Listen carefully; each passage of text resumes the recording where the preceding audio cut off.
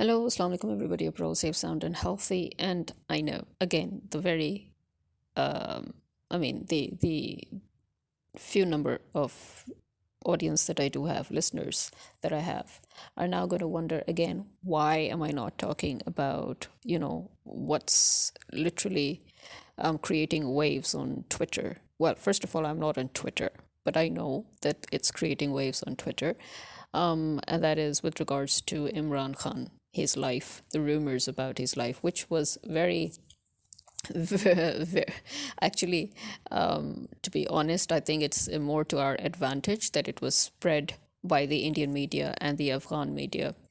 They probably thought that they were going to do us a disservice, but I'm sure that on the inside they knew that they were definitely doing us, the public, a very big service by doing that. Also, I think it's a bit idiotic of India and Afghanistan at the same time because they probably thought they were being very clever. But the truth is that this rumor was definitely spread by the notorious ISI. Yes, I'm going to call them notorious now because that's all they are now to all of us. So yeah, which in our language would say hamare aur aapke chahite ISI. Yeah. So they should be given credit for manufacturing and fabricating all this and spreading it, and for them to actually allow the two enemy countries to spread that. Yeah, wow. All three of them, all three groups are right now thinking that they're being very clever, but all three groups are actually being very stupid, and they are showcasing their stupidity, their ignorance in front of the whole freaking world. But as I said, in all of that, once again, our zombied out, dead nation, for us, this is a golden opportunity, another golden opportunity that we are once again going to waste. Yes, and I mean waste. I've said this like a million times. I have been yapping about this for now 3 years, and that is why, as you know, I've stopped talking because, first of all, fortunately, very fortunately, as you know, before I was obliged to talk in great detail and depth about the political situation, the unrest, and everything in Pakistan because there was nobody amongst the veteran analysts or journalists or whatever they like to call themselves. None of them were doing any vlogs in English. And so I felt obliged to do it because I do my vlogs I do my podcast in English. But as I said, very fortunately, Dr. Mohit Pirzada and Dr. Shabazz Gill realized this, and they have, as I told you the last time, when each of them began their English vlogs, I mentioned it on my podcast, and I did direct all of you to please now go and listen to them, because thankfully they are now, pretty much in sync, in the sense that they are now both doing English vlogs and they're giving all the pertinent information with great detail, which I think is much better than listening to me, because as you know, I will never go into great detail. And they have inside information, and usually I take them as my source. At times, when I get confused as to which narrative to follow, these two are one of my major sources, in the sense that through them I can sort of vet what are rumors and what are confirmed stories. They're two of my major, places, but they're not, how do I say, they're not my only sources, obviously. Some of my sources are my own friends who are in there, as you know what I mean, who are, you know, yeah, you should understand, who are actually there. Or they're those who are around those who are there, you know. Yeah. So, anyway, let's move on. Yeah, so Imran Khan, as I said, this is another golden opportunity for us to create a massive, massive upheaval. As you know, I've been yapping about this upheaval, this never happening upheaval, this upheaval that we really need, but we never, ever, ever in the whole 70 years of our existence have never, ever done. and which has pissed me off to no end that I've actually stopped talking. Yes, actually, that is also the main reason I've stopped talking. Because how many times can I utter the same refrain? Nationwide shutter down mob revolt. Thank you very much. I said it when the Balochi women came to Islamabad and did their protest. I said it before that when in Islamabad people were gunned down. I said before that, even when you did the 9 May chaos, I said it every single time that protests and marches of a few thousands are not going to help. Okay? Pick any of my podcasts and you will see me yapping the same thing over and over and over and over and over again. Even I'm getting sick and tired of it. But look at our dead, zombied out nation. We're still doing the same shit. It has gotten to this point where, as I've said before, you have yourselves spoilt the bejesus out of your army and you've spoilt the bejesus out of your government because they have been testing you like the boiling frog that you are. They have been testing you for 70 years. You are the frogs that are boiled in water. Yes. And then you will just die. That's it. You don't even know you're getting boiled. They gradually increased the heat. They gradually turned the water to boil, and now it's time to boil. And now you will be dead. You're already freaking dead as far as I'm concerned. But anyway, you're going to be now literally dead because they have upped the ante. Okay? Because every single time they upped the ante, you were silent. You did nothing. You let them get away with it. So now they've gone to this point where it is totally what we say, anni machi. It's like literally they are like, there is all bets are off. Okay? So, what am I supposed to say again to you, apart from the same thing that I've been saying again and again, is that our people need to get the frack up out of their asses, okay? Get off your haunches, and please smell the fricking coffee already, okay? Once again, we are witnessing a big turnout in front of Adiala jail, okay? But again, where is the rest of the country? The country is supposed to now gather and create momentum. This is, again, as I said, a golden opportunity because actually what India and Afghanistan and the stupid ISI did is in their pathetic attempt to create a 9 May like situation where they thought they can create some sort of a chaos and then they can swoop in and they can kill some more people and then have a whole complete control over the situation and then declare official dictatorship. But now at the same time, as I said, we can use that against them. We can have a massive nationwide shutdown revolt.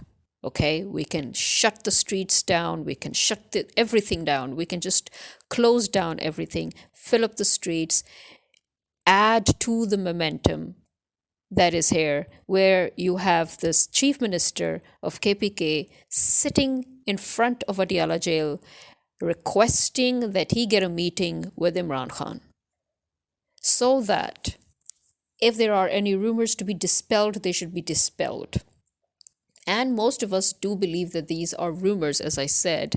Most of us believe that these are rumors created to cause chaos, right? So we know. So again, now people are going to say, when you know what's going to create chaos, why are you telling us all to come out? Because as I said again, chaos is very easily created and then used and manipulated by the authorities in order to maintain control and in order to exploit the situation when the numbers are less.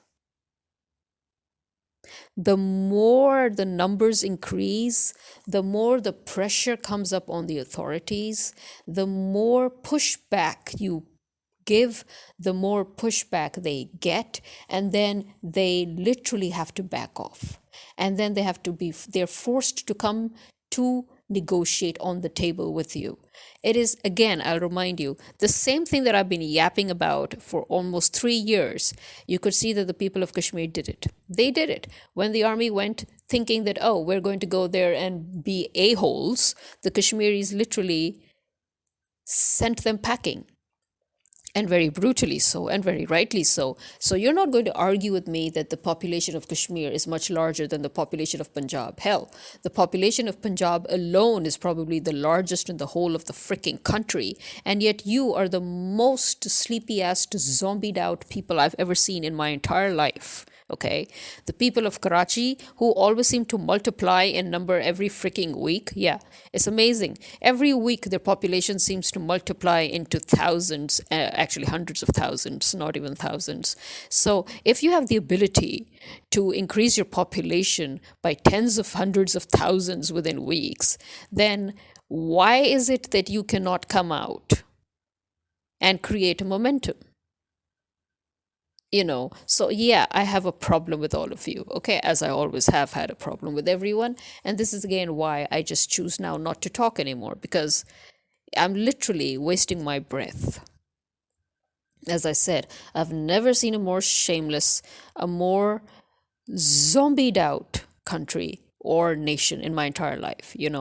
Again, I know, and I've also mentioned this many times, that when you know that there are other entities or other foreign entities or other state elements or countries that are not on your side, that they're not supporting you, then obviously you're not going to have an overnight revolution. But remember, we did it once. We did it when we stood with Imran Khan, and we literally did a nationwide shut it down protest, by the way, when we chose to just fill the streets. Remember? That's before the elections. And then when we finally got to make him prime minister. So even then we had no support, for your information. Yeah. We may have had support from one faction of the army, which, as I've said, we all know now, I'm sure, that there are two factions within the army. There are two factions always within the bureaucracy as well. And when one faction manages to get the upper hand, then you get some things going in one direction. And when the other faction gets the upper hand, then you have things going in the other direction. And so right now we can see which faction has the upper hand. Okay, so point being, we can still do it. In fact, why do you need a foreign entity to support you? It's like asking for an investor to start a business and then thinking that the investor will quietly go away. No, when the investor invests, then the investor actually thinks that he has the right now to run your business, and he has the right to order you to run your business the way he wants, because he thinks that just because he's given money, he owns you as well. So we do not need foreign entities. We do not need foreign support. We should be able to pressurize the foreign authorities, the foreign media, the foreign organizations also. Yeah, we should use right now this very situation to turn the tables around. We should add momentum to the Adiala jail protest right now, which is ongoing. Okay. Not only should we add to the momentum by adding to the numbers, as in joining them and creating a bigger crowd, but at the same time, we should exert pressure upon foreign authorities, foreign media, and, organizations like Amnesty International and, the international justice system and everything, put them all together, contact them, pinpoint the actual situation that is going on here, and exert pressure upon them to come forward and at least make noise. We need to whoop everybody into a frenzy. And when we will whoop them into a frenzy, they will whoop the world into a frenzy. And then that will create a pressure again on whom? On these idiots who thought that they were going to use this as a trap. Because again, if the idiots actually think that by creating this rumor, they might confuse people or disturb people to this point that there will be no momentum at all. In fact, there will be no call for protest. And so, people will be curbed before the action actually comes, into play. But you know what, as I said, we can use that against them, turn the tables, and in fact do exactly that. We should use this to our advantage and still call an action. Why? And why not? I mean, It's not necessary for Imran Khan. This is also something I've said 1,000 times, that this is not the time where you need to wait for Imran Khan to give a call. This is the time when you have to give a call, when we, the whole nation, has to give a call, because we have to give a call to save him, to get him out. Why are we waiting for him to give us that call? Like, seriously, what's wrong with you people?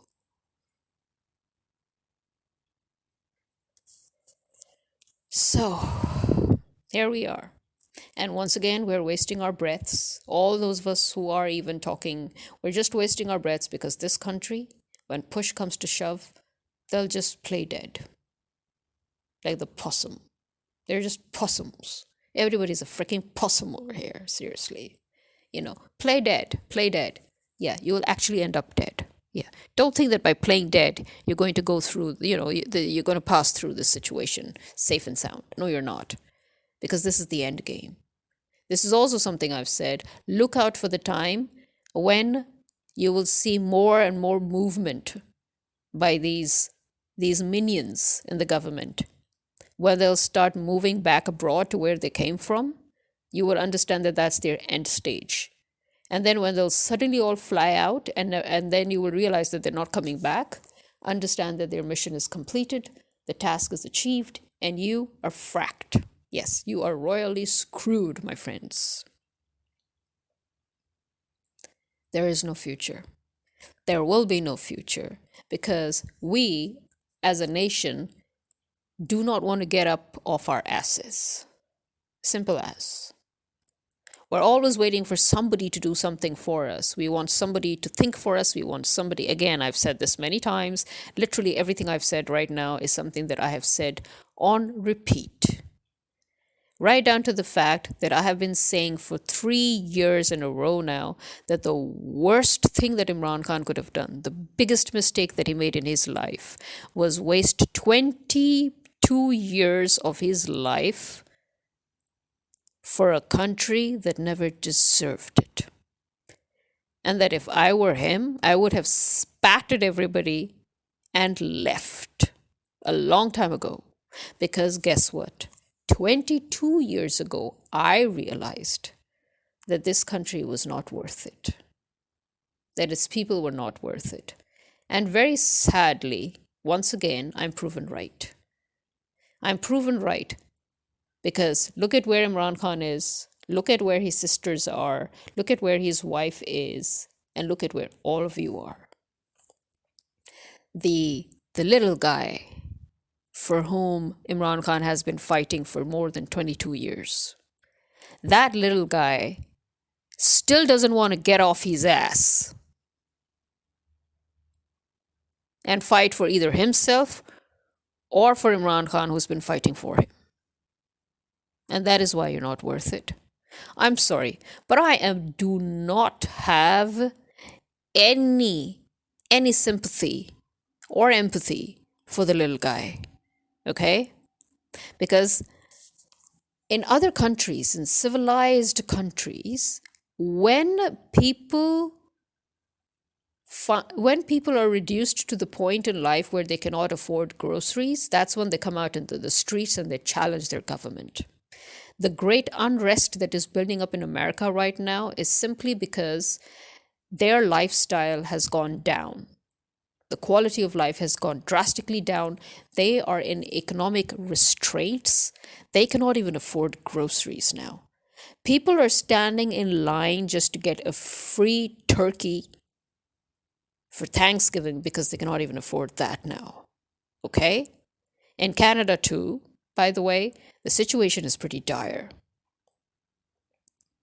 And now there's unrest. So people are beginning to get antsy.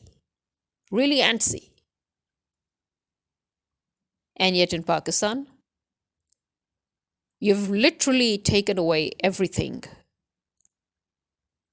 And the poor are still not standing up to fight. They're still thinking, oh, somebody else can just come up and fight for us. Why? Sorry. Why should I fight for you? Why? Imran Khan fought for you for 22 years. He's still fighting for you.